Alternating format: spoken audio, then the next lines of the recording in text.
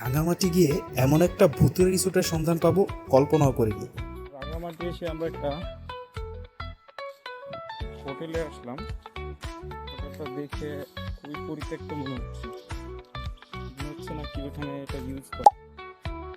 তবে আমাদের যাত্রা শুরু হয়েছিল মদনপুর বাস স্ট্যান্ড থেকে। সাথে কোথায় যাচ্ছেন ভাইয়া? এই তো রাঙামাটি। ঠিক আছে ভাইয়া, ভালো আছেন না?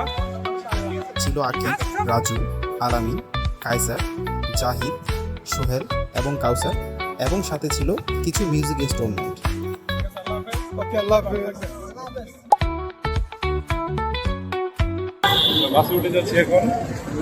যাত্রাপথে কাপ্তাই লেকের নির্মল বাতাস আর লেকের থই থই পানি বারবার করা লাগছে।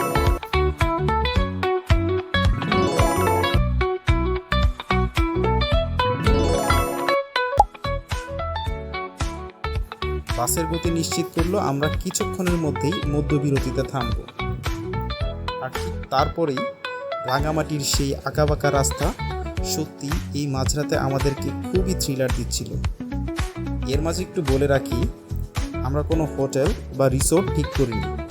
ইচ্ছে ছিল রাঙামাটির কোনো একটা দ্বীপে থাকবো। তো ঠিক সকাল 5টার মধ্যে আমরা পৌঁছে গেলাম রিজার্ভ বাজারে। তখনও ঘুটঘুটে অন্ধকার। অন্ধকার কেটে সকালের সূর্য উঠতে উঠতে আমরা একটা বোট ঠিক করে নিলাম, ঠিক 3500 টাকার মধ্যে। আর তার আগে নাস্তা সেরে নিলাম। নাস্তা করে নৌকায় উঠে পড়লাম সাথে সাথে। নৌকায় উঠে আসাদকে খুব খুশি লাগছে, কারণ এই কাপ্তাই লেক আমাদেরকে দিল প্রশান্তি, and we feed some energy. আমরা কিছুক্ষণ পর পৌঁছে গেলাম গৌতম মুনির মন্দিরে।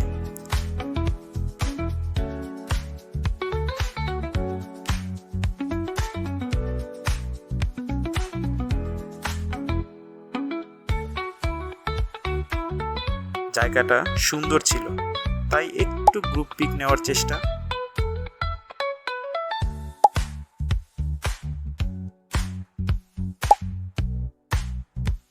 স্বর্গের সিঁড়ি নামক একটি স্পটে ঘুরে আবারও নৌকায়। তারপর কাপ্তাই লেকের নীরবতা ভেঙে উচ্চ কণ্ঠে সঙ্গীত চর্চায় মত্ত হলাম।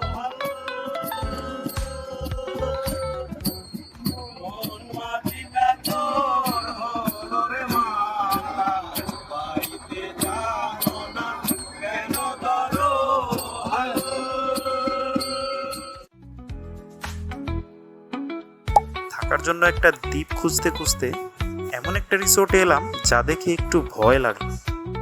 ঝিমঝিমে একটি দ্বীপ, কোনো মানুষ ছিল না, পরিত্যক্ত মনে হলো। তারপর ওই দ্বীপ সন্ধানী নাবিকরা অনুসন্ধানে আবারও নেমে পড়লাম। অবশেষে ক্যাপ্টেন জ্যাক স্প্যারোর পা পড়ল সেই দ্বীপে, যেমনটা আমরা খুঁজছিলাম। মাঝে ছিল একটা খোলা মাঠ, চারিদিকে কাপ্তাই লেক, আর একপাশে সুন্দর একটি ক্যাম্পিং করার জন্য আছে তাঁবু। হ্যাঁ, এটি মায়াবী দ্বীপ। আমরা রাতে ঘুমানোর জন্য 2টা তাঁবু, মায়াবতী কটেজ আর একটা ঝুমঘর। কোনটা কত টাকা দিয়ে ভাড়া নিয়েছি তা বলার আগে ঝুমঘরের ব্যালকনিটা একটু ঘুরে নিই। আমরা সবাই অত্যন্ত খুশি হয়েছি এই ঝুমঘরটা পেয়ে, কারণ রাতের আসরটার জন্য ঝুমঘরের বারান্দাটা ছিল বেস্ট প্লেস। তাঁবুগুলো আমরা পেয়েছিলাম 600 টাকায় এবং কটেজটা পেয়েছিলাম 5500 টাকায় এবং ঝুমঘরটি 4000 টাকায় পেয়েছিলাম। তবে দ্বীপের এই দিকটায় ঘুরে আমরা একটু বেশি মজা পেয়েছিলাম। এসেই খাবারের অর্ডার দিয়ে দিয়েছিলাম, তাই দুপুরের খাবারটা টাইম মতো পেয়ে গেছি। জনপ্রতি খরচ পড়েছে 300 টাকা। খাওয়ার পর বিশ্রাম না নিয়ে কাপ্তাই লেকের সৌন্দর্য উপভোগে সবাই ব্যস্ত হয়ে পড়ল। তারপর দিন আরেকটা বোট নিয়ে নেমে পড়লাম কাপ্তাই লেকে। ঝুলন্ত ব্রিজ ঘুরে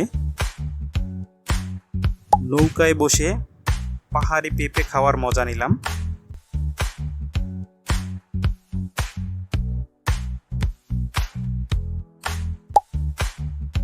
তারপর আদিবাসীদের বাজারে এসে আনারস খেলাম। আহ, কি যে মিষ্টি! তারপর কাপ্তাই লেকের সাথে অবাধ কথোপকথন।